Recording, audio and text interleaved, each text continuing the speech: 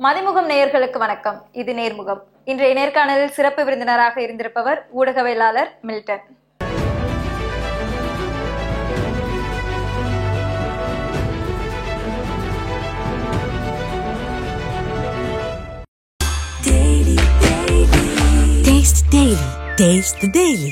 டயா booster சுகரை control பண்ணும், உங்க ஆரோக்கியத்தை மீட்டு தரும். சர்க்கரையை கட்டுப்படுத்துறதுக்கான எளிமையான வழிமுறை, இயற்கையான வழிமுறை. அனைத்து மருந்து கடைகளிலும் கிடைக்கும். இப்போ அரசியல் கட்சி அப்படின்னு பார்த்தோம்னாலே அதுல சில பல பிரச்சனைகள், சர்ச்சைகள் எல்லாமே இருக்கதான் செய்யும் இல்லையா? ஆனா தாவேகா அந்த கட்சி மேல மட்டும் ஏன் இவ்வளவு அலிகேஷன்ஸ் வைக்கிறீங்க? எதுக்காக இவ்வளவு வன்மம்?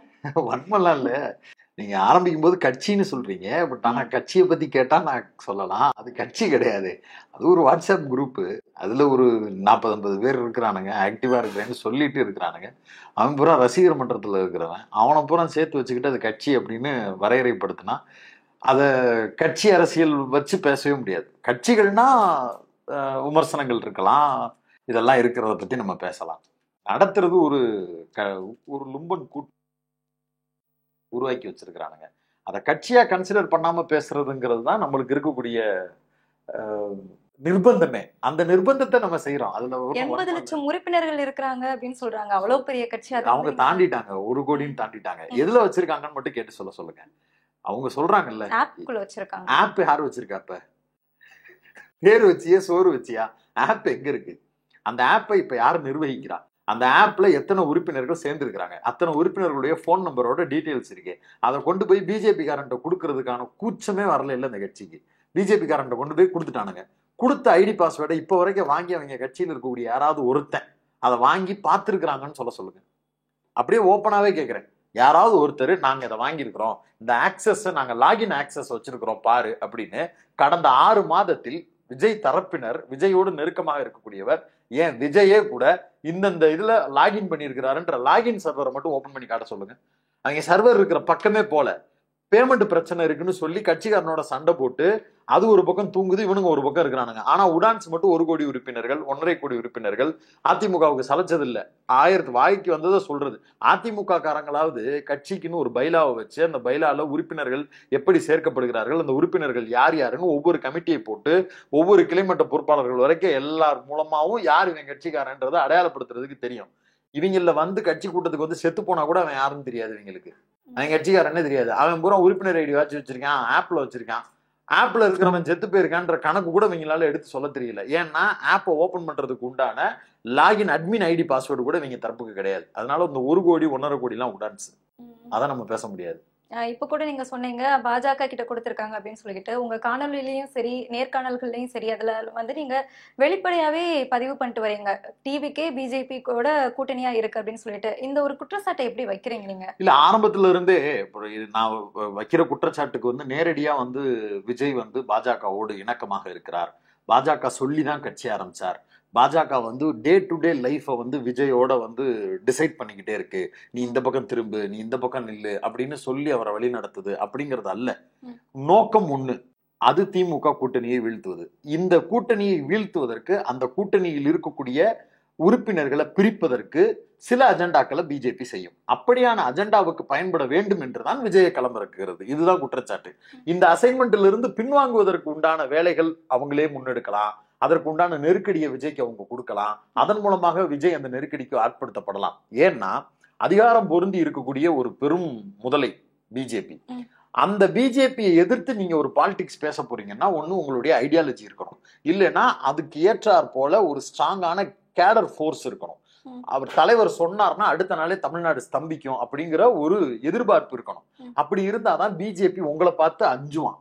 பிஜேபியை நீங்க எதிர்க்கிறீங்க அப்படின்றத அந்த எதிரி அவன் இவன் தான் நம்ம எதிரி அப்படின்னு சொல்லணும்னா நீங்க அதுக்கு பொட்டன்ஷியலான நபராவது இருக்கணும், ரைட்? அதான உண்மை. திமுகவை பார்த்து பிஜேபி, திமுக விசஸ் பிஜேபி, தமிழ்நாட்டு அரசியல் களத்துல இனிமே திராவிட கட்சிகளுக்குள்ள இல்ல போட்டி, இனி பிஜேபியோட தான் போட்டி போட வேண்டிய சூழல் வரும், ஸ்டாலின் இஸ் மோர் டேஞ்சரஸ் தென் கருணாநிதி, இப்படி எல்லாம் ஸ்டேட்மெண்ட் ஏன் வருதுன்னா நம்மளுக்கு ஈக்குவலான ஃபைட்டர், கேடர்ஸ், ஐடியாலஜி எல்லாத்தையும் வச்சிருக்கிற ஒரு பார்ட்டி.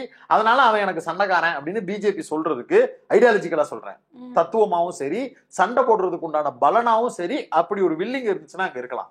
விஜய் கிட்ட அப்படி என்ன இருக்குன்னு அவன் எதிரியா அவன் பிஜேபி கன்சிடர் பண்ணுவான்? அல்லது பிஜேபியை எதிர்ப்பதற்கான வில்லிங் அப்படின்ற பவர் விஜய் கிட்ட என்ன இருக்கு? என்ன ஸ்டேட்மெண்ட் இருக்கு? இதுவரைக்கும் ஏதாவது ஒரு ஐடியாலஜிக்கல் ஸ்டேட்மெண்ட் பாஜக சொல்லக்கூடிய, RSS சொல்லக்கூடிய மனு தர்ம சனாதன ஆதிக்கத்திற்கு எதிராக ஒரு முழக்கத்தை விஜய் எங்காவது பேசி இருக்கிறாரா?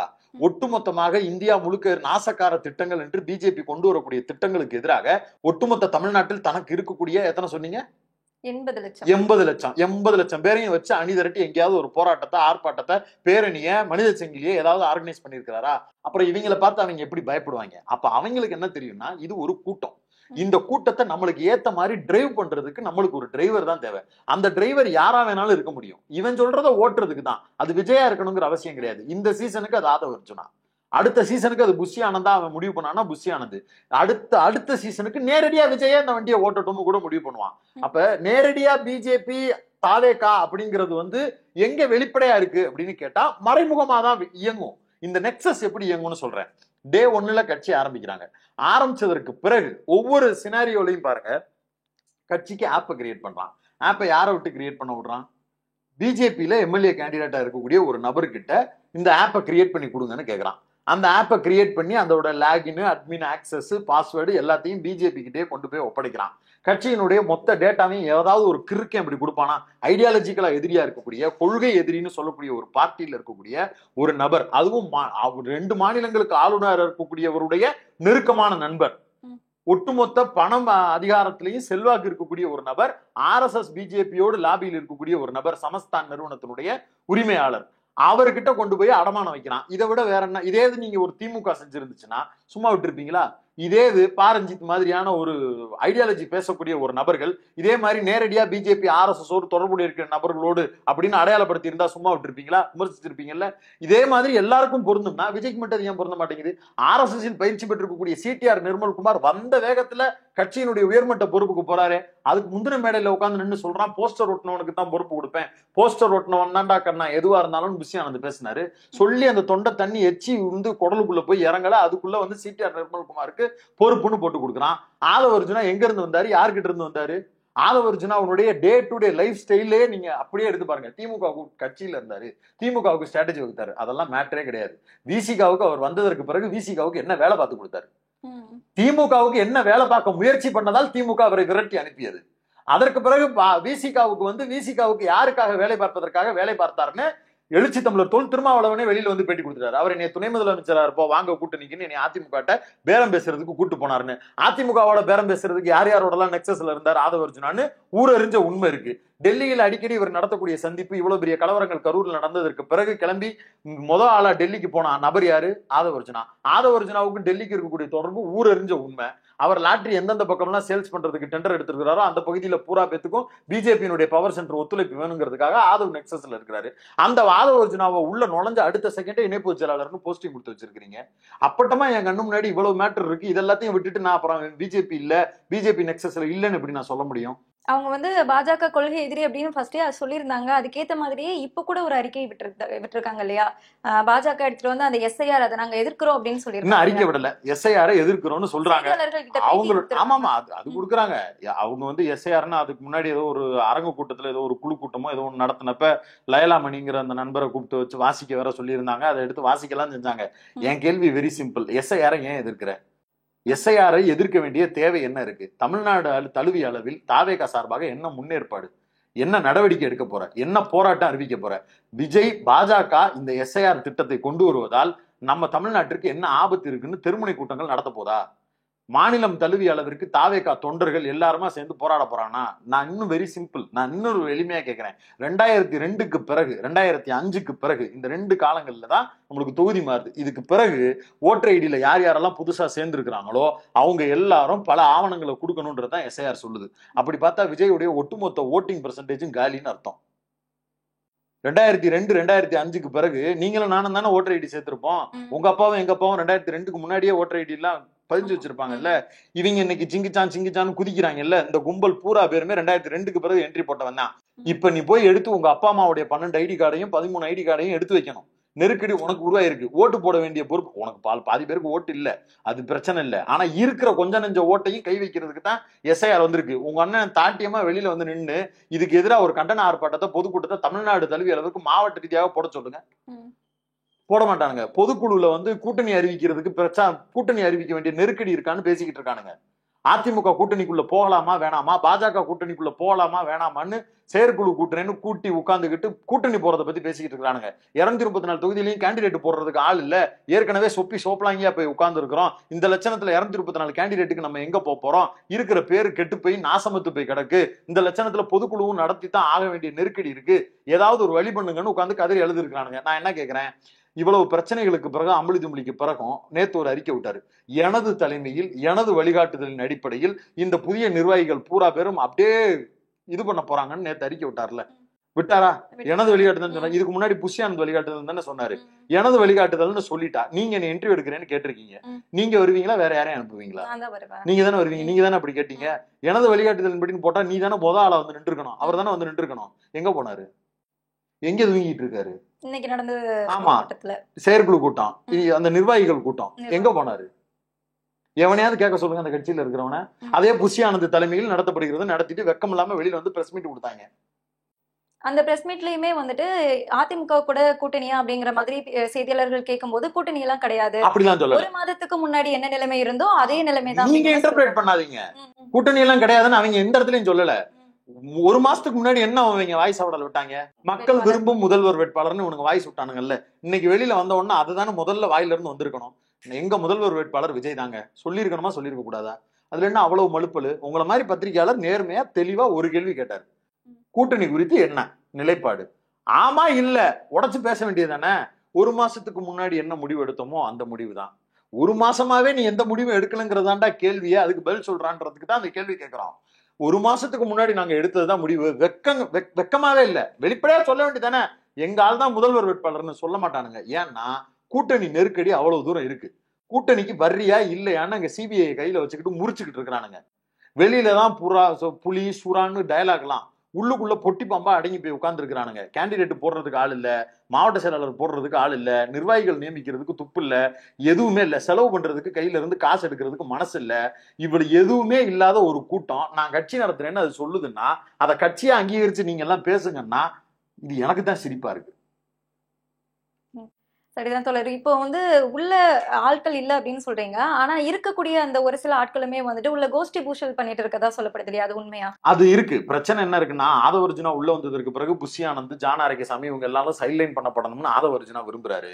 ஆதவர்ஜுனாவுக்கு ஃபேவரட்டா வேலை பார்க்கக்கூடியதற்கு பாரம்பரியம் மிக்க இருக்கக்கூடிய ஊடகங்கள் பூரா பேரும் குடுமையை எடுத்துக்கிட்டு தோள்பட்டையில நூல் கண்டை மாட்டிக்கிட்டு ஜோடி ஜோடியா சுத்திட்டு திரியிறாங்க.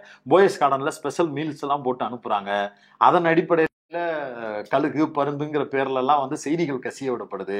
ஜான் ஆரோக்கியசாமியால தான் இந்த டிராஜடியே நடந்துச்சு, அதனால ஜான் ஆரோக்கியசாமியை ஓரம் கட்டணும் அப்படின்னு ஆதவர்ஜுனா தரப்பில் இருக்கக்கூடிய நபர்கள் மூலமா செய்திகளும் உலாவ விடுறாங்க. என்னமோ புஷ்யானந்த் தான் வந்து விஜயை கெடுக்கிறது மாதிரி புஷ்யானந்த் கெட்ட விட்டுன்னு இவனுங்களே ஒரு கோஷ்டியை வச்சு ட்விட்டர் ட்ரெண்டிங் போட்டுட்டு இருக்கிறானுங்க. நான் என்ன கேட்கிறேன், புஷ்யானந்தையும் ஜான் ஆரோக்கியசாமியை வெளியேற்றிடலாம், சரி ரைட்டு. உங்க அண்ணன் என்ன பண்ணுவாரு? உங்க அண்ணனுக்கு என்ன அரசியல் தெரியும்? உங்க அண்ணனுக்கு பகல் எது ராத்திரி எதுன்னு தெரியுமா? உங்க அண்ணனுக்கு அக்டோபர் 30 யாருக்கு குரு பூஜை கொண்டாடுறாங்கன்னா அது தெரியுமா? மருதுவாண்டி சகோதரர்கள்னா யாருன்னு தெரியுமா? முத்துராமலிங்க தேவர்னா யாருன்னு தெரியுமா? இம்மானுவேல் சேகரனார்னா யாருன்னு தெரியுமா? அம்பேத்கர்னா யாருன்னு தெரியுமா? அது கூட தெரிஞ்சிருக்கலாம்.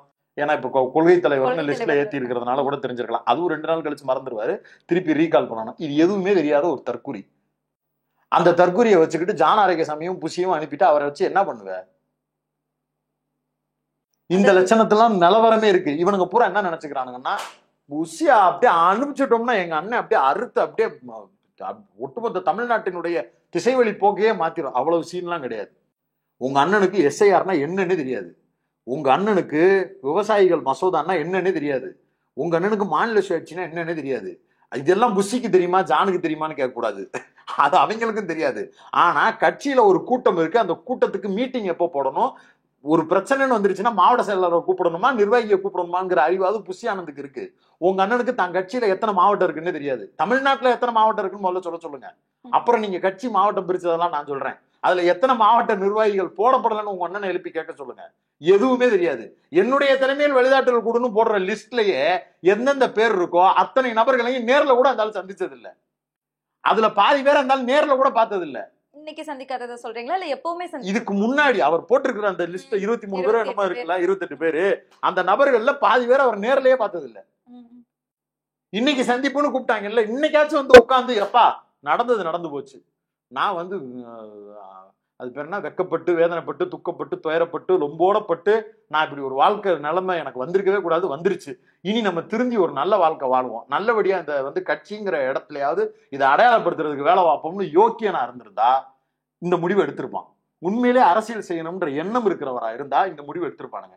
இவனுங்களுக்கு அப்படி ஒரு எண்ணமே கிடையாது. வழக்கம் போல புஷ் ஆனந்த் போய் பாருன்னு சொல்லிட்டு வீட்டுல படுத்துக்கிட்டாரு. அந்த நிர்வாகிகள்லயுமே வந்துட்டு ஒரு சில பேரோட தெரிஞ்ச முக்கியமான நிர்வாகிகளோட பேர் வந்து இணைக்கப்படல இல்லையா? இப்ப நம்ம வந்து மாநில பொருளாளர் வெங்கட்ராமனா இருந்தாலும் சரி, ஜெகதீஷ் விஜயோட ரொம்ப வெங்கட்ராமன் எல்லாம் சேர்த்து என்ன பண்றது? அவங்க வெங்கட்ராமன் முதல்ல யாருன்னு முதல்ல டிக்ளேர் பண்ணிடணும். இப்ப சரி, ரொம்ப ரொம்ப ட்ரோல் பண்ண வேணாம்னு நினைக்கிறேன். விஜய் வந்து ஒரு நடிகருங்க. அந்த நடிகருக்கு சம்பாதிக்கிறாரு, நல்லா சம்பாதிக்கிறாரு. சம்பாத்தியங்கிறது வந்து சம்பளத்துல வாங்குற பொருள் மட்டும் இல்லை, ஏற்கனவே இருந்த சம்பளத்துல வாங்கினா ப்ராப்பர்ட்டிஸ்ன்னு பல இது இருக்கும். அந்த ப்ராப்பர்ட்டி ஒன்னும் ஒரு ரெவென்யூவை ஜென்ரேட் பண்ணி கொடுக்கும். இப்போ இங்க ஒரு சாலிகிராமத்துல ஒரு மண்டபம் இருக்கு. அந்த மண்டபம் வந்து அவர் வந்து ஏதோ ஒரு படத்துல, ஒரு உதாரணத்துக்கு எடுத்துக்குருவோம், பகவதினு ஒரு படம் நடிச்சாரான்னு தெரியல, ஒரு படம், அந்த படத்துல வந்து சம்பளம் வாங்கினதுல வாங்கியிருக்காருன்னு வச்சுக்கோங்க.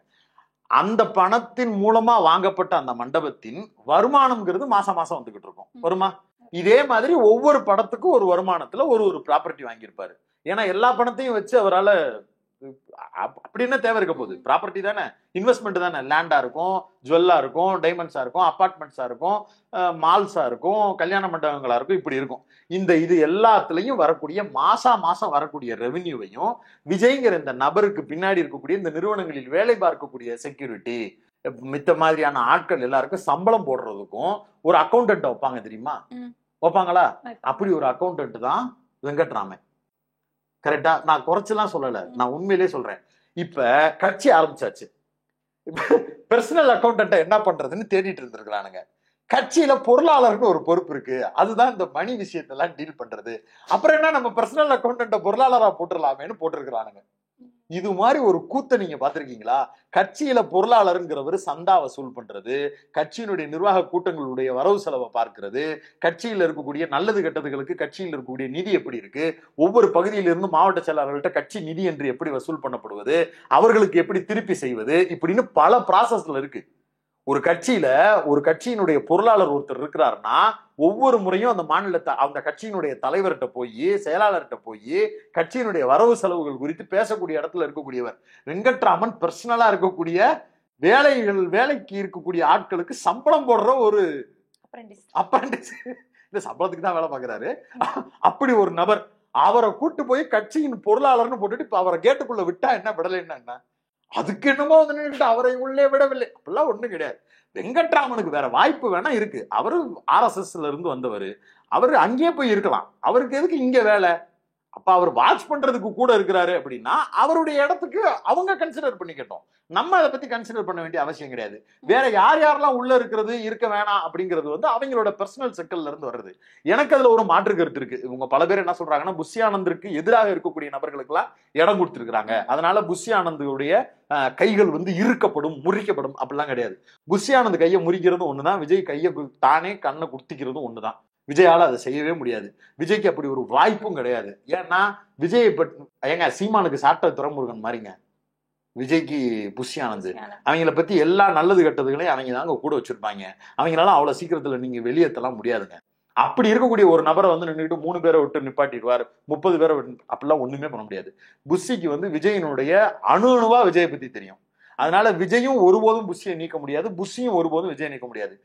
புஷி வேணா ஒரு ஸ்ட்ராட்டஜி கையில் எடுத்துக்கலாம். எனக்கு எதிராக யாரெல்லாம் கம்பு சுத்துறாங்கன்னு நினைக்கிறியோ அவன் பூரா பத்தியும் எனது தலைமையின் கீழ் கட்டுப்பட்டு நடப்பதற்கு உண்டான ப்ரொஃபைல நான் ரெடி பண்ணி வைப்பேன், எனக்கு கீழே வேலை பார்க்க வான்னு வேணா அவங்களை பூரா உள்ள இழுத்து விடலாமே தவிர புஷி இன்றி ஒரு அணுவும் அந்த தாவேகாவில் அசையவே அசையாது, விஜய் உட்பட. அதுதான் அந்த புதிய நிர்வாகிகள் அந்த எல்லா பட்டியலும் விஜயே அப்படித்தான் நடக்கிறாருங்கிற அப்புறம் நிர்வாகிகளுக்கு போக வேண்டியது. விஜயே புஷ் ஆனது சொன்னா வான்னா வரணும், வரலன்னா இருக்கணும், அவ்வளவுதான். இஷ்டம்னா இரு, கட்சி தலைவர்ன்றது உனக்கு கொடுத்துருக்கிற மரியாதை. அந்த மரியாதையை டீல் பண்ணிக்கிட்டாங்கன்னா நிர்வாகி பூரா சொல்றதை கேட்பான். இல்ல நான் அப்படிலாம் பண்ண மாட்டேன் அப்படின்னு நீ ஆடுனா உன்னை பத்தி பேச வேண்டிய இடத்துல பேசிடுவேன்னு புஷி மிரட்டுவாரு. ஆனா அந்த பொதுச் செயலாளர் பதவி வந்து நிர்மல்குமாருக்கு போக போறதா ஒரு தகவல் வெளியாகி இருக்கு இல்லையா? என்ன வேணாலும் கொடுக்கட்டுங்க. புஷிங்கிறது அன்கண்ட்ரோலபிள் ஃபோர்ஸுங்க, அழிக்க முடியாத ஒரு, அது வந்து காற்று போல, அது வந்து நிரம்பி இருக்கும். அதை நீங்க அழிச்சிட்டுலாம் ஒண்ணும் பண்ண முடியாது. நேரடியா அப்படி ஒருவேளை சிடிஆர் நிர்மல்குமார் அந்த பொறுப்பை எடுக்கிறாருன்னா நேரடியா பிஜேபி உள்ள வருதுன்னு எடுத்துக்கோங்க. அதாவது புஷி, நான் தான் முதல்ல சொன்னேன்ல, டிரைவர் தேவைப்படுது. அந்த டிரைவர் சிடிஆர் நிர்மல்குமாரா மாத்துறான்னா கூட வச்சுக்கிற போறான், அவ்வளவுதான். புஷியால ஒரு டீல முடிச்சு கொடுக்க முடியலன்னா சிடிஆர் நிர்மல்குமாரால முடிச்சு கொடுக்க முடியும்னா வைக்கலாம். கேள்வி எங்க வரணும்னா, தான் பக்கத்தில் இருக்கக்கூடிய நபர், இத்தனை வருஷமா இருக்கக்கூடிய ஒரு நபரையே எங்கேயோ இருக்கக்கூடிய ஒருத்தன் திடீர்னு உள்ள புகுந்த ஒருத்தனை வச்சு அந்த வண்டி சீட்ல ஏறி ஒருத்தனை உட்கார வைக்க முடியுதுன்னா நீ எவ்வளவு பெரிய தற்குறியா இருக்கிறன்னு விஜயை நோக்கி கேட்கணும். உன் பக்கத்துல இவ்வளவு நாளா வண்டி ஓட்டிக்கிட்டு இருந்த புஷி ஆனந்த தூக்கிட்டு சிடிஆர் நிர்மல்குமார உன்னுடைய அனுமதியே இல்லாம ஒருத்தன் தூக்கிட்டு வந்து நிப்பாட்ட முடியுது. சிடிஆர் நிர்மல்குமார உன் கட்சியில சேர்றதுக்கு முன்னாடி விஜய் என்னைக்காவது பார்த்திருப்பாரா? அப்படி ஒரு பேர் கேள்விப்பட்டிருப்பாரா? 3 எழுத்துல இனிஷியல் இருக்கும்னாவது கேள்விப்பட்டிருப்பாரா? அப்படி ஒரு பீஸ் வந்து நின்று இருக்கிறாப்புல உடனே கண்டுபிடிக்க வேணாமா? RSS சிடிஆர் வந்திருக்குன்ற சென்ஸாவது வேணாமா? அவர் காக்கி டவுசரை மாட்டிக்கிட்டு எங்கெங்க நின்னாருன்னு போட்டோவாது விஜய்க்கு தெரியுமா? எதுவுமே தெரியாது. ஆனா கட்சி வண்டி ஓட்டுறதுக்கு கொடுத்துடலாம். அந்த லட்சணத்துலதான் விஜயும் இருக்கிறார். அதனால நிர்வாகிகள் மாற்றம், புதிய நிர்வாகிகள் போடுவது, இதுக்கெல்லாம் ரொம்ப நம்ம பொழிப்புறையே தேட தேவையில்லை. வண்டியை ஓட்டுறதுக்கு பிஜேபி ரெடி ஆயிருச்சு. கொண்டு வந்து எல்லாத்தையும் நீங்களே ஓட்டிக்கிங்கன்னு விஜய் விட்டுட்டு போறாரா இல்லையான்றது மட்டும்தான் பேச்சு. இப்போ வந்து பனையூர் அங்க சந்திக்காம மாமல்லபுரத்துல வச்சு இந்த கரூர்ல பாதிக்கப்பட்ட மக்களை சந்திக்கிறாங்க இல்லையா? இதுக்கு வந்து என்ன காரணம்? இதுக்கு ஒரு என்ன காரணம்? இருக்கிறத பூரா உடைச்சிட்டு போயிருவாங்க. பனையூர்ல யாரு டேமேஜ் போடுறது? வேற ஏதாவது ஹோட்டல்னா செலவு கொடுத்துட்டு போயிடலாம். பனையூர்ல இருக்கிற ஒவ்வொரு பொருளையும் பார்த்து பார்த்து கட்டினது. கேரளால இருந்து தேக்கு, காரைக்குடியில இருந்து டெய்லிஸ், கோகினூர்ல இருந்து பொருட்கள்னு விலை உயர்ந்த பொருட்கள் எடுத்துட்டு வந்து பார்த்து பார்த்து கட்டின பனையூர் பில்டிங்கு. நீங்க வாட்டுக்கு வான்னு சொல்லி விட்டீங்கன்னா வர்ற வாடகை கூட்டம், அணில் கூட்டம் பூரா அத்துட்டு போயிருது. அதுக்கு திருப்பி அங்க போய் செலவு கணக்கு யார் பாக்குறது? வேற ஹோட்டல்னா காசை மட்டும் கொடுத்துட்டு போயிடலாம், பொருள் கிடைக்காது. பழைய பழைய குவாலிட்டியில பொருள் கிடைக்குமா? காரைக்குடி டெய்ல்ஸ் இப்ப கிடைக்குமா? அவர் பார்த்து எடுத்த அந்த தேக்கு மரம் இப்ப கிடைக்குமா? வச்சிருக்கிற எல்லாம் உயரிய பொருட்கள் உடைச்சிட்டு போயிருவாங்க. அதனால வேற ஹோட்டல் நடத்துவோம் நடத்துறாரு. இந்த மைண்ட் செட்ல தான் உங்க தொண்டர்களை பாக்குறாங்களா? ஆமா. அதுவும் ஒருத்தன் கிளம்பி வந்து 3 நாளா வீட்டுக்கு மாடியில மொட்டை மாடியில உட்காந்துருக்கானுங்க. அவனை பைத்தியம் கொண்டு போய் ஆஸ்பத்திரியில சேர்த்துட்டானுங்க. 2 பேரும் சேர்ந்து போய் சேர்ந்துருக்கணும். எதுக்கு அவனை மட்டும் சேர்த்து விட்டு ஒரு உள்ள வந்தாருன்னு தெரியல. இப்படி ஒரு கூட்டத்தை நீங்க எங்கேயாவது பாத்திருக்கீங்களா? தான் சொந்த கட்சியினுடைய அவ்வளவு பயங்கரமா இருக்கிறானுங்க. இப்ப ரைட், ஓகே, அவ்வளவு தூரம் ஒரு கட்சி, அந்த கட்சிக்குன்னு ஒரு ஒரு இடம், அந்த கட்சியினுடைய இடத்தை நம்ம எப்படி பார்க்கணும், அந்த அந்த எந்த சென்ஸ் இருக்காது. அறிவாலயத்துல இப்படி எவனாவது ஒருத்தன் 100 பேர் 150 பேர் சேர்ந்து நின்று இந்த மாதிரி குரங்கு சேட்டை பண்ணுவானா? அந்த கட்சி அதை அனுமதிக்குமா? அந்த கட்சி தலைவர் மேடையில பேசும்போது இப்படி ஒருத்தன் ஏறி நின்னா கூட நீ இப்ப இறங்குறியா என்ன சொல்றன்னு நாடாளுமன்ற உறுப்பினர் கனிமொழி மேடம்ல இருந்து ஸ்டாலின் வரைக்கும் அதை திருப்பி நிப்பாட்டி இறங்கியா அப்படின்னு சொல்ற இடத்துல அவங்க இருக்கிறாங்க. இவங்க என்னவா இருக்கிறாங்க? என்ன என்ன என்ன மரம் சும்மா இருக்கு ஏறாம இருக்காங்கன்னு கேக்குறாங்க. அந்த நிலைமையில வச்சுக்கிட்டு இது ஒரு கட்சின்னு பேசுறதே அபத்தமா இருக்கு. அரசியல் அப்படிங்கறத தாண்டி நடிப்புல பார்த்தாலுமே அஜித் அவர்கள் வந்து திருப்பதி கோயிலுக்கு போறாங்க, அங்க வந்து ரசிகர்கள் பாக்குறாங்க, ஒரு சைகை இப்படிதான் வைக்கிறாரு, அவங்க வந்து அமைதியாயிடுறாங்க. அந்த அளவுக்கு கூட விஜய்க்கு இல்லையே. அது இருக்காதுங்க. ஏன்னா அது வந்து அஜித் அப்படிங்கிறதுக்காக பேசணும்னு இல்ல. அஜித்துக்கு ஒரு ரோல் இருக்கு. அவர் என் வேலையை நான் பாக்குறேன்னு போயிட்டாரு.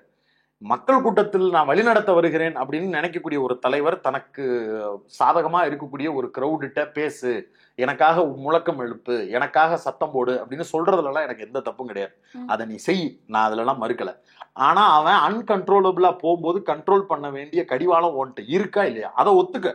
அந்த முதல்ல அந்த அந்த அது என்ன சொல்லுவோம், பொறுப்பு எடுத்துக்கிறது இருக்குல்ல, ஏய் அப்படின்னு சொன்னா கட்டுப்படுறது அப்படிங்கிற அந்த பொறுப்பு, அந்த கமாண்டிங் சென்ஸ் இருக்குல்ல, அது இல்ல விஜய்கிட்ட. அதுதான் பிரச்சனை. அதனாலதான் அவர் வந்து விழுப்புரத்துல இறங்கி ஓடுறாரு. அதனாலதான் டெம்பிள் ரன் மாதிரி விழுப்புரம் ரன்ன்றது ஒரு டெம்ப்ளேட்டா மாறியது.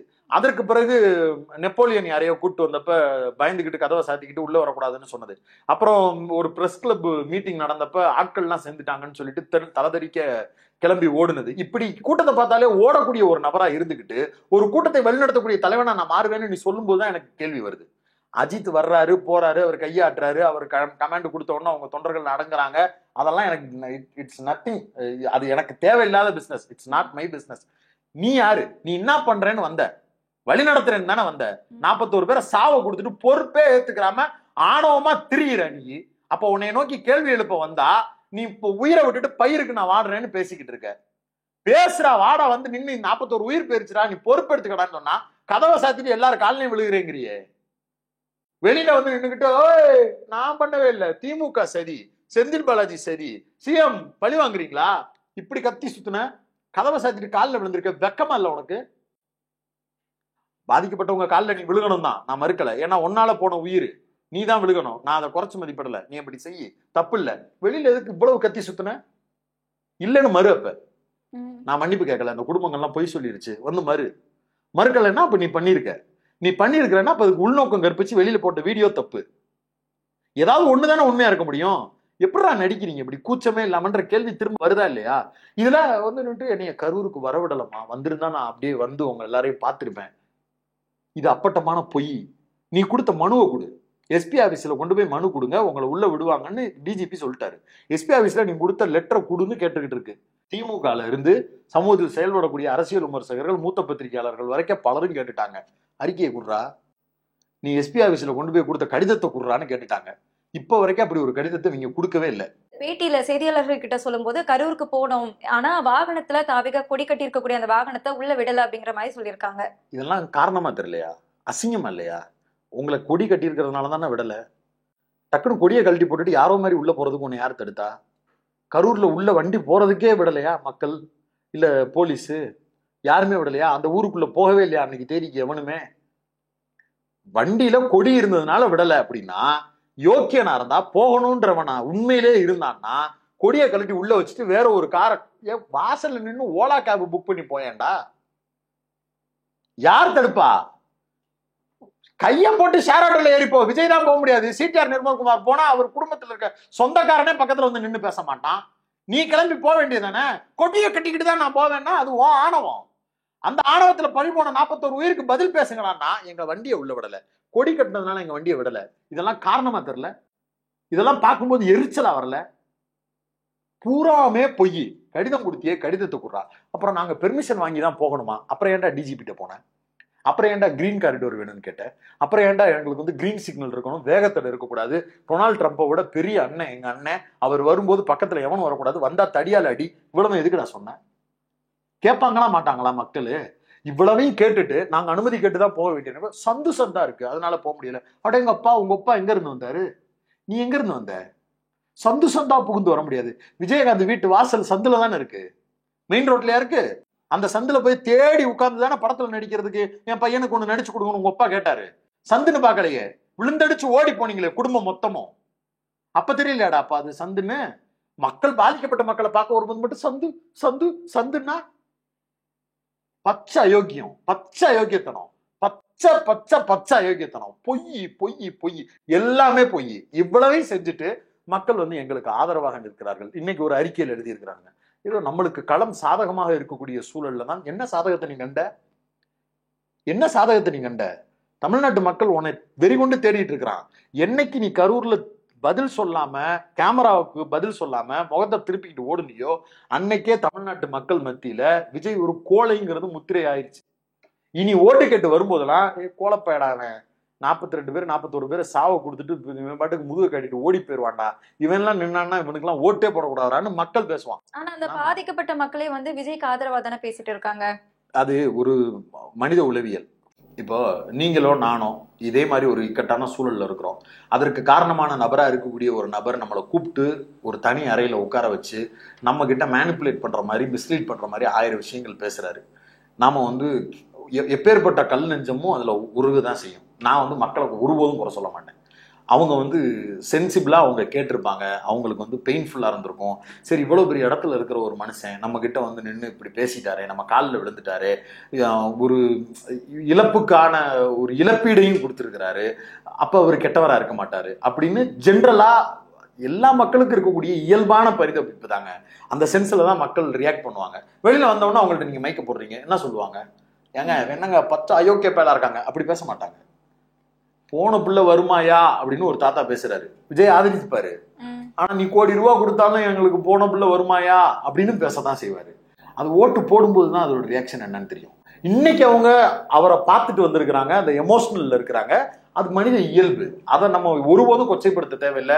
அதுக்காக அவங்கள பூரா விமர்சிக்க வேண்டிய அவசியமும் கிடையாது. அவங்க சொன்னதெல்லாம் வேத வாக்குன்னு சொல்ல வேண்டிய அவசியமும் கிடையாது. அப்படியே அது அடுத்த கட்டத்துக்கு தேர்தல் நேரத்தில் என்னவா மாறும்? அன்னைக்கு தேதிக்கு அவங்க குடும்பம் ஒரு நல்லது கெட்டது விசேஷம், இன்னைக்கு அந்த பிள்ளை இருந்திருந்தா என்ன இருந்திருக்கும், இன்னைக்கு என் புருஷன் இருந்திருந்தா எப்படி இருந்திருக்கும், என் பொண்டாட்டி இருந்திருந்தா எப்படி இருந்திருக்கும், ஒவ்வொருத்தவனும் நினைப்பான்ல. அந்த பெயின் தான் லைஃப் லாங் அவங்கள டிராவல் பண்ண வைக்கும். அந்த 1 மணி நேரத்துல மாமல்லபுரத்துல மகாபலிபுரத்துல கூப்பிட்டு வந்து அவர் பார்த்தது லைஃப் லாங் நிற்காது. அந்த நேரத்துல நீங்க மைக்க போட்டீங்கன்னா இப்படிதான் பேசுவாங்க. அதற்கு பிறகு இருக்கக்கூடிய ப்ராசஸை பத்தி தான் நம்ம பேசணும். அதே கரூர் ஏரியால நிக்கட்டும் விஜய், அப்ப லட்சணம் தெரியும்ல, மக்கள் எப்படி நினைச்சிருக்கிறாங்கன்ற லட்சணம் அப்ப தெரியும். இந்த மக்களை வந்து கூட்டிட்டு வந்தாங்க இல்லையா, கரூருக்கு போகல அப்படிங்கிற குற்றச்சாட்டு வந்து எல்லாருமே வச்சுட்டே இருந்தாங்க. அதுக்கு வந்து நிறைய காரணங்கள் சொன்னாங்க. காவல்துறை அனுமதி கொடுக்கல அப்படிங்கிற மாதிரி. அதுல ஒரு காரணம் தான் சிபிஐ விசாரணை போயிட்டு இருக்கு அப்படிங்கறத தாவேகா சார்பில் இருந்து சொல்லியிருந்தாங்க. சிபிஐ வந்து அந்த 41 குடும்பங்கள் கிட்ட விசாரணை செஞ்சுட்டு இருக்காங்க. அதே நேரத்துல அந்த 41 குடும்பங்களை தனியா அழைச்சிட்டு வந்து பேசுறது மட்டும் சரியா இருக்குமா? ஆமா, மூத்த பத்திரிகையாளர்கள் என்று தங்களை தாங்களே சொல்லிக் கொண்டிருக்கக்கூடிய நபர்கள் ஏன் கரூருக்கு போகலன்னு கேட்டதுக்கு வியாக்கியானம் கொடுத்தானுங்க. சிபிஐட்ட பெர்மிஷன் கேட்காம போக முடியாது. எது கரூர்ல போற ரோட்டு தெருவில் போயிட்டு வர்றதுக்கு சிபிஐட்ட பெர்மிஷன் கேட்கணும்னு இவனுங்க தான் வாய்ச்சவடல் விட்டானுங்க. இவனுங்க ஒருத்தனாவது நேர்மையா கரூர்ல இப்படி ஒரு விக்டிம்ஸா இருக்கக்கூடிய நபர்களை தனி அறையில் சந்திப்பது அவருக்கு வந்து கேஸ்ல வந்து சிக்கலை கொடுக்கும் அப்படின்னு சொல்லியிருப்பானா? சொல்ல மாட்டான். ஏன்னா அவன் வாங்குறது பூராமே வந்து நினைச்சு பார்க்க முடியாத இடத்துல இருந்து வாங்கிட்டு இருக்கிறான். நினைச்சு பார்க்க முடியாத அளவுக்கு வாங்கிட்டு இருக்கிறான். ஊருக்கு தான் வந்து நான் ஜேர்னலிஸ்ட் நட்ட நாயகம்னு பேசுறான். ஆனா மாசம் பிறத்தா வாய்ஸ் ஆஃப் காமன் வாசல்ல போய் நின்றுறான், பனீர் வாசல்ல போய் நின்றுறான். நான் கூட பல தடவை வந்து செக்யூரிட்டி தான் நிக்கிறாருன்னு நினைச்சிருக்கிறேன். நியூஸ் பீட் பார்க்க போகும்போது பார்த்தா மூத்த ஜேர்னலிஸ்ட் ஒருத்தர் அங்க போய் நின்றுகிட்டே இருக்கிறாரு. எதுக்கு கெட்டப்ப திடீர்னு மாசம் தாடி வளர்த்துட்டு இருக்காருன்னு எனக்கு தெரியாம இருந்துச்சு. அப்புறம் தான் தெரியுது, ஓ ரைட்டு, தலைவன் வந்து மாறு வேஷத்துல பேமெண்ட் வாங்குறதுக்காண்டி நின்றுட்டு இருக்கான் போட்டு. நம்மளால நியூஸ் பைட் எடுக்கலாம், சரி ரைட், அந்த பக்கம் என்ன இருக்குன்னு பார்க்கலான்னு போனா தலைவன் தாடியும் முடியவும் நல்லா வளர்த்துட்டு வாசல் நிற்கிறான். சரி ரைட்டு, அதெல்லாம் ஒரு பக்கம் நடக்குது. இப்ப போலீஸ் என்னை அனுமதிக்கலன்னு மக்கள் கிட்ட போய் சொன்னார்ல, இதே மாதிரி எத்தனை போய் சொல்லியிருப்பாரு? இந்த கேள்விக்கு பதில் இருக்கணும். அது வந்து பொய்ன்றது சிபிஐக்கும் தெரியும், ஒட்டுமொத்த ஊடகங்கள் மூலமா வெளியிலையும் தெரியும். போலீஸ்கிட்ட இவங்க அனுமதி கொடுக்கலங்கிறது தெரியும். தெரிஞ்சதற்கு பிறகும் இப்படி என்னை அனுமதி கொடுக்கல அப்படின்னு சொல்றாருன்னா அது பொய். அப்படி என்றால் எத்தனை பொய்கள் சொல்லப்பட்டிருக்கும்? அந்த பொய்கள் எல்லாம் இந்த வழக்கினுடைய விசாரணையை எப்படியெல்லாம் திசை மாற்றும்? அதுக்கு பதில் இருக்கணும்ல. அந்த பதிலை சிபிஐ தேடணுமா தேடக்கூடாதா? தேடுமா தேடாதாங்கிறது தான் அரசியல். அதுலதான் விஜயினுடைய எதிர்கால அரசியலே இருக்கு. இப்போ இந்த சிபிஐ வந்து இதை வச்சு இதுக்கப்புறமா மிரட்டுறதுக்கான ஒரு இதா கூட இருக்கலாம். மிரட்டல் அளவுக்குலாம் இல்லைங்க, அவங்களுக்கு இருக்கக்கூடிய நெக்ஸஸ் இருக்குல்லங்க, அந்த நெக்ஸஸ் உங்களை கூப்பிட்டாலே சேர்த்துக்கணும். நீங்க ஏன் மிரட்டல் வரைக்கும் போறீங்க? மிரட்ட வேண்டிய அவசியம் இல்ல. இப்ப நான் வேலை பாக்குறேன், நான் என்னுடைய கமாண்டுக்கு கீழே ஒர்க் பண்ற ஒரு தம்பி இருக்கிறாரு, அல்லது என்னுடைய ஓனர் இருக்கிறாரு, அவரு கமாண்டுக்கு கீழே நான் வேலை பாக்குறேன். என்னை அவர் மிரட்டணுங்கிற அவசியமே இல்லையே. தம்பி இந்த வீடியோ மட்டும் 7 மணிக்கு போடுங்கப்பா அப்படின்னா நான் போட்டுதான் ஆவேன். எங்க ஓனர் சொல்றாரு 7 மணிக்கு போடுறேன், அவ்வளவுதான். இதுல என்ன மிரட்டுறது? நீ 7 மணிக்கு போடலன்னா அப்படின்னு அவ்வளவு தேவையில்லை. ஆர்டர் போடுற மாதிரி அவ்வளவுதான், அது ஒபே த ஆர்டர் தான். ஐயா சரிங்க செஞ்சிடறேங்க, இல்லைங்க இந்த ஆஃபர் நல்லா இருக்குமான்னு பாருங்க, எனக்கு இருக்கக்கூடிய 3-4 ஸ்ட்ராட்டஜிஸ்ட் இப்படி ஒன்று சொல்லியிருக்கிறாங்க அப்படின்னு அவர் மேல ஒரு ப்ரொபோசல் கொடுக்கலாம். இல்ல சார் 7 மணிக்கு அல்காரிதம் நல்லா இல்ல சார், ஒரு 6:30க்கு போடலாமா சார் அப்படின்னு என் ஓனர்கிட்ட நான் கேட்கலாம். ஆனா 6:30க்கு நான் போடுவேன், உன்னால முடிஞ்சதை பாருன்னு என் ஓனர்கிட்ட கேட்க முடியாது. அதே மாதிரி நான் கூட்டணிக்கெல்லாம் வர முடியாது, உன்னால முடிஞ்சதை பாருங்கலாம் விஜயால சொல்ல முடியாது. கூட்டணிக்கு வர வேணாம இருக்கிறதுக்கு நான் சில வாய்ப்புகள் வச்சிருக்கேன். திமுக கூட்டணியில் இருக்கக்கூடிய ஒரு கட்சியிட்ட பேசிக்கிட்டு இருக்கிறேன் இவரானார், அவங்க வர்றேன்னு சொல்லியிருக்கிறாங்க, அந்த நம்பிக்கையை மட்டும் கொஞ்சம் காத்துருங்க. ஒருவேளை வந்துட்டா நம்ம பழைய கணக்கே அதுல செட்டில்மெண்ட் ஆயிருமே, நம்ம அப்படியே கூட டிரைவ் பண்ணி போயிடலாம், நீங்க வேற நான் வேறன்ற மாதிரியே காட்டிட்டு போயிடலாமே, எதுக்கு நம்ம கையை முறிச்சு டேபிளை உடச்சி என்னைய மூக்குல இருந்து ரத்தம் வர வைக்கிறீங்க, வேணாமே அப்படின்னு கூட டீல் பேசப்படும். அதனால அது வந்து டீலோட முடிகிற ஒண்ணு தானே தவிர அது மிரட்டலால வரப்போற ஒன்னாலாம் இருக்க வாய்ப்பே இல்லை. தாவேகா பத்தின ஒரு பேச்சு வந்து டெய்லியுமே வந்துகிட்டே தானே இருக்கு. நியூஸ்லயும் சரி, நம்ம சாதாவா நம்ம சோசியல் மீடியாஸ்லயும் பார்த்தாலுமே இருக்கு. இதுதான் தாவேகாவோட ஸ்ட்ராட்டஜியா? இதே வந்து யூஸ் பண்ணலாம் இல்லையா? அந்த ஸ்ட்ராட்டஜி எத்தனை பேர்கிட்ட எடுபடும் நினைக்கிறீங்க? இப்ப சோசியல் மீடியால கத்திக்கிட்டு இருக்கிறதும் தாவேகான்னு பேசப்படுறதும் மைண்ட்ல ரெஜிஸ்டர் பண்றாங்கல்ல, மக்கள் மத்தியில எப்படி ரியாக்ட் பண்ணும்? தேர்தல் நேரம் தாங்க ரொம்ப முக்கியம். அந்த தேர்தல் நேரத்துல தனக்கான எதிர்காலம் என்ன, தனக்கான இந்த தேர்தல் ஓட்டு மூலமா நம்ம அடுத்த 5 வருஷம் எப்படி இருக்க போறோம், இதுதான் அவங்களுக்கு டிரைவ் பண்ணும். அதில் சம்பவங்கள் தான் உங்களுக்கு வந்து அவங்கள யோசிக்க வைக்குமே தவிர இந்த சில் சேட்லாம் வந்து அவங்களுக்கு உரையாட வைக்கவே வைக்காது. அது வந்து ஒரு குழாயடி சண்டை மாதிரி. அது வந்து அது ஒரு சத்தமா கேட்குமே தவிர அது அது வந்து இம்பாக்ட்ஃபுல்லான ஒரு ஃபைட்டா இருக்காது. இப்போ பார்டர்ல நடக்கிற சண்டைக்கும் குழாயடியில நடக்கிற சண்டைக்கும் வித்தியாசம் இருக்குல்ல. அவன் வந்து தேர்தல் நேரத்துல ஓட்டு போடும்போது பார்டர் ஃபைட் அளவுக்கு எஃபெக்ட் இருக்கிறத தான் வச்சுப்பான். இங்க வந்து புஷி ஆனந்த் விசஸ் ஆதவன்னு நடக்கிற சண்டையெல்லாம் வந்து அதன் மூலமா பேசு பொருளா இருக்கிறதும் இவங்களுக்குள்ள நடக்கக்கூடிய இந்த குழாயடி சண்டையும்லாம் பெரிய அளவுக்கு ரியாக்ட் பண்ணாது. அது சோசியல் மீடியால ஒரு கட்டத்துல இருக்கும்.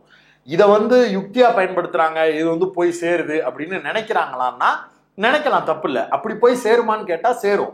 அவங்க எப்படி நினைப்பாங்கன்னா, ரஜினி ஃபேன்ஸுக்கும் கமல் ஃபேன்ஸுக்கும் பவர் ஸ்டார் ஃபேன்ஸ்னு ஒருத்தன் வந்து நின்று பேசும்போது எப்படி தோணும்? இதான் சொல்றேன், நான் ட்ரோல்லாம் பண்ணல. அவங்களுக்கு அப்படி எப்படி இருக்கும்? எனக்கு போட்டி வந்து சூப்பர் ஸ்டார் தான் பவர் ஸ்டார் சொல்றாருன்னு வைங்க.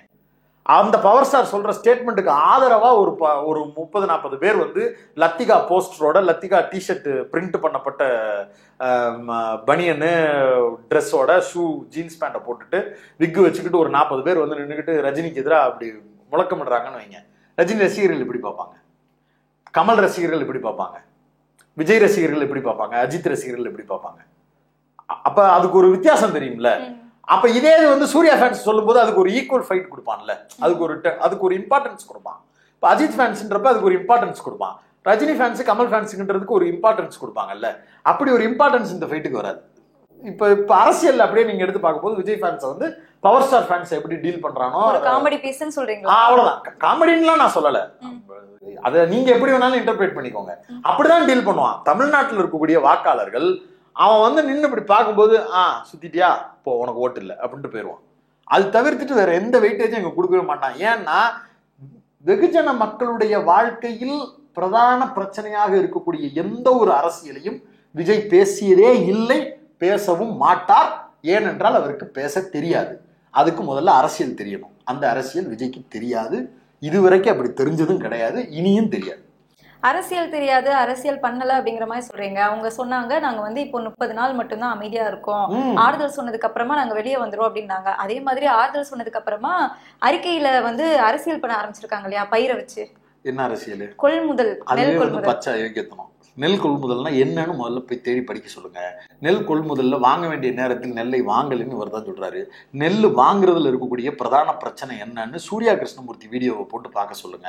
அவர் பல டீட்டெயில்ஸ் பேசியிருக்கிறாரு. இல்லாட்டி முந்தின நாள் நாங்க எங்களுடைய உட்கார்ந்து பேசுவோம் எபிசோட்ல ஒரு கண்டென்ட்டே ஃபுல்லா பேசியிருக்கிறோம். நெல் கொள்முதல்ல ஈரத்தன்மை நெல்லுக்கு எவ்வளவு இருக்கு, 17% இப்போதைக்கு இருக்கு, 22% அதை உயர்த்துங்கன்னு தமிழ்நாடு அரசு சார்பாக ஒன்றிய அரசுக்கு கோரிக்கை வைக்கப்பட்டிருக்கு. இதெல்லாம் பொலிட்டிக்கலா அவங்களுக்கு பதில் சொல்ற மாதிரி இருக்குன்றதுனால நான் சொல்லல. ஏன்னா அவன் பொலிட்டிக்கலாவே அந்த அறிக்கை எழுதல. ஏன்னா ஒரு பயிருக்கான ஈரத்தன்மை என்னன்னு கூட ஒரு அறிக்கையில இல்ல. அந்த முடிவை எடுப்பது பிஜேபிங்கிற சென்ஸ் கூட இல்லாம ஒரு கூமுட்டு அறிக்கை அந்த அறிக்கைக்கு நான் வந்து உட்கார்ந்து ப்ரிப்பேர் பண்ணி ஒன்றிய அரசுக்கு எப்ப வந்து தமிழ்நாட்டு முதலமைச்சர் வந்து கோரிக்கை கொடுத்தாரு, நியூஸ் பேப்பர் கட்டிங் எந்த தேதியில வந்துச்சு, ஒன்றிய அரசு எப்ப குழு இங்க அனுப்புச்சு, இப்ப வரைக்கும் அந்த ஈரத்தன்மைக்கு உண்டான குழு வந்து முடிவு கொடுக்காம வச்சிருக்கிறான், அறவைக்கு கொண்டு போக வேண்டிய இடத்துல இருக்கக்கூடிய நெருக்கடின்னு நான் உட்கார்ந்து ப்ரிப்பேர் பண்றேன். இது எதுவுமே அந்த அறிக்கையில கிடையாது. இப்படி எதுவுமே இல்லாம நெல்மணியை காப்போம், பயிரை காப்போம், உயிரை காப்போம், காப்போம்னு வர்றான். அப்ப எனக்கு எவ்வளவு காமெடியா இருக்கும். அதனால நீங்களுக்கு வந்து சீரியஸா பதில் சொல்லவே அதுல பாயிண்டே இல்ல. ஆனா நீங்களுக்கு என்ன நினைப்பு இருக்குன்னா, பயிர் வந்து முளைச்ச மாதிரி சில யூடியூப் சேனல்ஸ் வீடியோ பார்த்தேன். அதுல சில பேர் வந்து பைட்டு கொடுத்திருந்தாங்க. அதனால நான் பயிரை எல்லாம் நீங்கள் வந்து உரிய நேரத்தில் அரிசியை அரிசியாக மாற்ற மாட்டீர்களா, பயிரை பயிராக வைக்க மாட்டீர்களா, நெல் முளைக்காமல் விட மாட்டீர்களான்னு அறிக்கை காமெடி பண்ணிட்டு இருக்கான். சென்சிபிளா ஒண்ணு பேசணுங்க. 17% ஈரம் இருந்துச்சுன்னா அந்த நெல் கொள்முதல் நிலையம் வாங்காதுங்க. 17க்கு மேல இருந்தா. இன்னைக்கு மழை பெஞ்சுக்கிட்டு இருக்குங்க. தொடர்ச்சியாக இந்த அக்டோபர் மாதங்களில் மழை பெய்து கொண்டிருக்கிறது. டெல்டா மாவட்டங்களில் விளையக்கூடிய இந்த நெல்மணிகள் பூரா பேத்தையுமே நீங்க கொண்டு வந்து எடைக்கு போட்டு எடுக்கணும்னா 22ன்னு ஈரப்பதத்தினுடைய அளவை வந்து டிக்ளேர் பண்ணுங்கன்னு மாநில அரசு கோரிக்கை வச்சிருச்சு. அதுக்கு ஒரு குழு போடுறேன்னு சொல்லி 1 மாசம் கழிச்சு குழு போட்டானுங்க. இன்னும் அந்த குழு உட்காந்து ஆய்வு தான் பண்ணிக்கிட்டு இருக்கு. இன்னும் அதுக்கான அறிக்கையை கொண்டு வந்து சப்மிட் பண்ணிட்டு பரவாயில்ல 22 இருக்கலான்ற ஒப்புதலை ஒன்றிய அரசு தான் கொடுக்கணும், கொடுக்க மாட்டேங்கிறான். அப்புறம் நெல்லை எங்க இருந்து வாங்கி வைக்கிறது? இந்த பிரச்சனை இவங்களுக்கு தெரியவே தெரியாது, அதனாலதான் இப்படி ஒரு கூமுட்டையாமா அறிக்கை. சரி ரைட்டு, வாங்கின நெல்லை வச்சிருந்தீங்கல்ல அதுல தானே முளைச்சிச்சு அப்படின்னா அந்த நெல்லை கொண்டு போய் அறுக்கிறதுக்கு, அதுக்கு பேர் அரவையில கொண்டு போய் விட்டுட்டு அதுல இருந்து 100 கிலோ அரிசிக்கு 1 கிலோ அரிசி செறிவூட்டப்பட்ட அரிசியை சேர்க்கணும். அந்த செறிவூட்டப்பட்ட அரிசி எந்த அரிசியை சேர்க்கணுங்கிறதுக்கான சாம்பிளை உறுதிப்படுத்த வேண்டியது பிஜேபி அரசு, ஒன்றியத்தில் இருக்கக்கூடிய பாஜக அரசு. அந்த பாஜக அரசுக்கு தமிழ்நாடு அரசு சாம்பிள் அரிசியை கொண்டு போய் கொடுத்துருச்சு. இந்த சாம்பிளை சேர்த்துக்கலாமாடான்னு சொல்றா, ஒப்புதல் கொடுறான்னு கேட்டுக்கிட்டு இருக்கு. இப்ப வரைக்கும் ஒப்புதல் கொடுக்க மாட்டேங்கிறான். செறிவூட்டப்பட்ட அரிசி எந்த அரிசின்னு டிக்கடிக்க மாட்டேங்கிறான். அப்புறம் எங்கிட்ட இருந்து கலக்குறது, அரவைக்கு அனுப்புறது. இவ்வளவு பிரச்சனை இருக்குல்ல, இந்த பிரச்சனை எதுவுமே தெரியாம ஒரு கூமுட்டை மாதிரி ஒரு 2 பக்கத்துக்கு அறிக்கை, ஏதோ அவ்வளவுதான், சிம்பிள். அரசியலே பண்ண தேவையில்லை பாருங்க. ஒரு 4 பேர்கிட்ட வந்து ஆளுக்கு ஒரு பாயிண்ட் எழுதி கொடுறா விளக்கண்ண அப்படின்னு சொன்னோன்னா ஒரு 4 பேர் எழுதி கொடுப்பான். அதை பூராத்தையும் எழுதி கொடுத்துருது. எதுக்கு அந்த அறிக்கை இருக்கும்? காலையில ஏதாவது அப்ப திங்கும் போது நசுக்கி போடுறதுக்கு இருக்கும். வேற எதுக்கு அந்த அறிக்கை வச்சிருப்பாங்கன்றீங்க? அதுலயும் கூட ஒரு நாள் கூட நீங்க அறிக்கையை பிரிண்ட் எடுத்து கூட நீங்க படிக்க மாட்டாங்க. எல்லாத்தையும் போட்டோஷாப்லயே டிசைன் பண்ணி அப்படியே அனுப்பிடுவாங்க. திமுக அறிவாலயத்துக்கு போனீங்கன்னு வைங்க, வெளியாகக்கூடிய அறிக்கை எல்லாத்துக்கும் ஒரிஜினல் ஃபைல் இருக்கும், டாக்குமெண்டாவும் இருக்கும், பேப்பராகவும் கையில் இருக்கும். இவங்க ஒரு நாள் கூட இவங்க அறிக்கையை பிரிண்ட் எடுத்து கூட பார்க்க மாட்டாங்க. அவ்வளவு பெரிய கூமுட்டை கூட்டம் அது. இதுக்கு உட்கார்ந்துக்கிட்டு அரசியல் வேற பேச வேண்டியது இருக்கு. இந்த கூட்டத்தை பார்த்துதான் திமுக வந்து பயந்துருச்சு அப்படின்னு சொல்லப்படுது இல்லையா? இதுக்கு முன்னாடி எல்லாம் வந்து இந்த மாதிரி பிரச்சாரங்கள் முன்னாடியே 6 மாசத்துக்கு முன்னாடியே பண்ணது கிடையாது. இப்ப ஏன் திமுக 6 மாசத்துக்கு முன்னாடி பிரச்சாரம் பண்ணுது அப்படிங்கிற கேள்வி வருது. திமுக பிரச்சாரம் பண்ணதான் இருக்கட்டும், உன்னை மாதிரி ஒரு கூட்டத்தை பார்த்தா தமிழ்நாட்டில் இருக்க எல்லாரும் பயப்படத்தான் வேணும். நீ வச்சிருக்கிற கூட்டம் அப்படி கூட்டம். அதை நினைச்சு உண்மையிலே சொல்றேன், 5 வயசு பிள்ளை வச்சிருக்கிறவன்ல இருந்து 18-20 வயசு பையனா இருக்கிற வரைக்கும் எல்லாரும் பயந்து தான் இருக்கான். கூட இருக்க எத்தனை பேர் இந்த எலெக்ஷனுக்குள்ள சாவ போறான்னு தெரிய மாட்டேங்குது. IRS அதிகாரி அருண்ராஜ் வெளியில வந்து எதுக்குங்க இந்த குழு போட்டீங்க, நிர்வாகிகள் போட்டீங்கன்னு கேட்டா, இந்த மாதிரி அசம்பாவிதங்கள் நடந்தா எப்படி முடிவெடுக்கிறதுங்கிறதுக்காக இப்படி ஒரு குழுவை போட்டுருக்கிறோம்னு பேசுறானுங்க. இனிமேலும் நடக்கும். டங் ஸ்லிப் ஆகி சொல்றாங்களா என்னன்னு தெரியல. ஆனா பதில் பாருங்க, இப்படியான இக்கட்டான சூழல் வந்தால் எப்படி முடிவெடுக்கும்? எப்படி முடிவெடுக்கிறதுன்னு இந்த மாதிரியான சூழல் அப்படின்னா நீ இன்னும் எத்தனை பேரை சாவடிக்க போற? அப்ப தமிழ்நாடு அரசுக்கு பயம் வரத்தான் செய்யும். தமிழ்நாடு அரசு யாரு? திமுக. அப்ப திமுக பயந்து போயிருக்கு. ஆமாடா பயந்தாண்டா இருக்கேன், இந்த நானும் ரவுடிதான்ல பார்த்திபன், ஆமாடா பயந்தாண்டா இருக்கேன்னு சொல்லுவாங்க. அது மாதிரி ஐயோ பயமா மயங்கிட்டேன்டா பயமா தாண்டா இருக்குன்னு சொல்ல வேண்டியதுதான். எல்லாரும் பயந்து போய் தாங்க இருக்கோம்.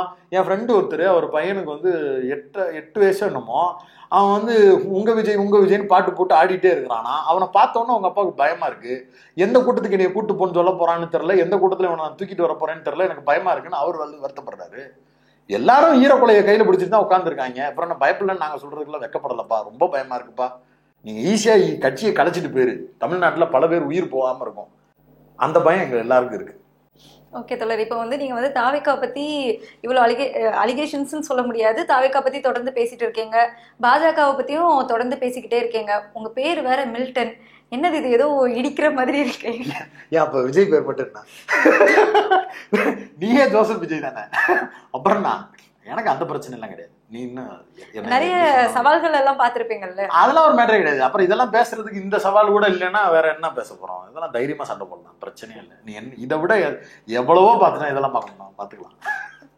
நேர்முகம் நிகழ்ச்சியில சந்திச்சு உங்களோட கருத்துக்களை பகிர்ந்தமைக்கு நன்றி தோழர். நன்றி தோழர்.